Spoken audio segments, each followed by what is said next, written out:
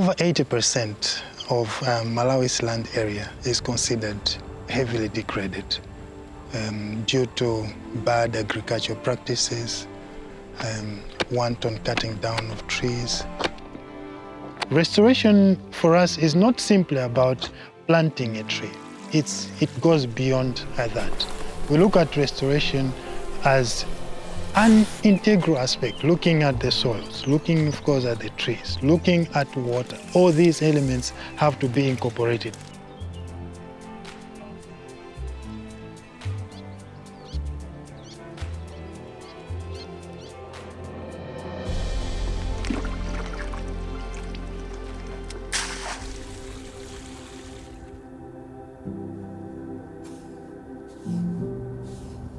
Inevo moyo wanga nimafuna kutsogoloku ni tasiya anawa ali ndi tsogoloti azikhala ndi chakudya pa khomo.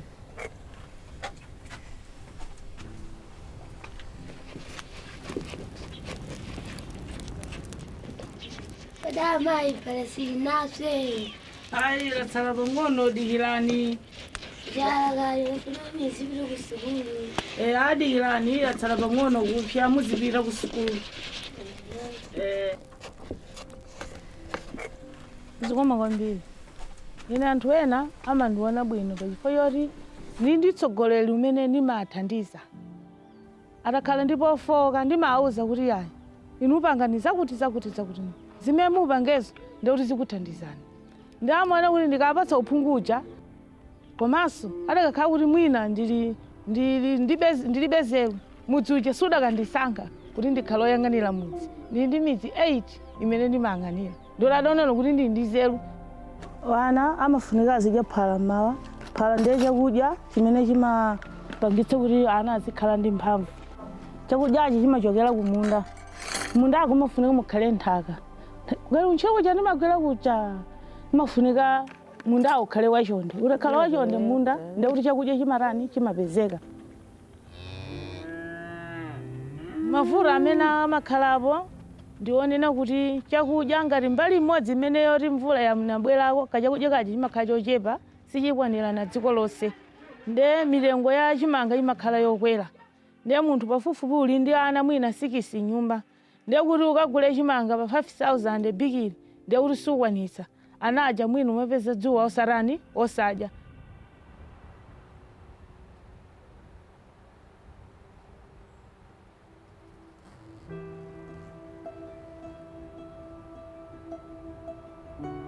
I'm not a biological scientist myself. I'm a much more social scientist. I've fallen in love with trees. I've been falling in love with communities who take part in restoring the environments that they live in. I realized how much people's lives are linked to the environment that they live in. And so I thought of going into work that deals much more with the environment. And that's how I found myself being involved with CASA and particularly with GLFx Lilongwe chapter.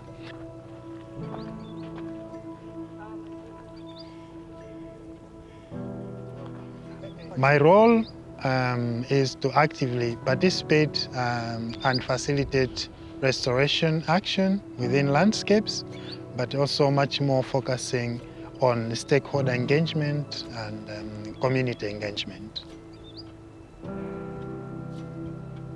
Evani, zinatichulukira.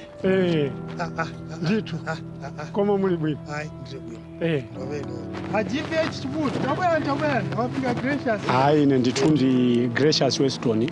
Kuchoka kuchongoni kwatiye kaphuka mu grupu ya Antenga. Azikoma kwambiri. Ndithu ditu. Hayi sendise GLFx Zikoma kwambiri apo. Tiyeka chule. Zikoma kwambiri. Ndithu. Zikoma. Awa kujati mati kuna polo Oho. Kudetsa uko. Chabwino. Kumene achokera. Oho. Ndi akuluwa akubwera kuno kuti atithandizire kupititsa patsogolo nthaka yathu. Chabwino. One of our roles as a local chapter, a GLFx local chapter, is to connect people, is to allow local communities to learn and act together. even utilizing indigenous knowledge that has been attained over generations. But this aspect of exchanging knowledge is quite important to us. Knowledge gives people confidence. And so it is in this regard that we allow different communities, like with regard to Stepper Farm, a platform for us to showcase working scientific interventions. Yeah. Nde munda amenewo choyambilira mufunika mugwire madzi onse amene amachoka amene amabwera kuononga ndiye kuti mukumba trench yayikulu uku kumalire uku imene mudzidula ma 10 meters ndiye kuti madzi aja adziti kudzadza nkhokweyi sangadumphire uku mudzitseka eya imene imatchedwa big trench kapena kuti water harvesting trench what in short. Madzi aja akadzadza umu ngati atakhala mwano amadzakumana ndi swale.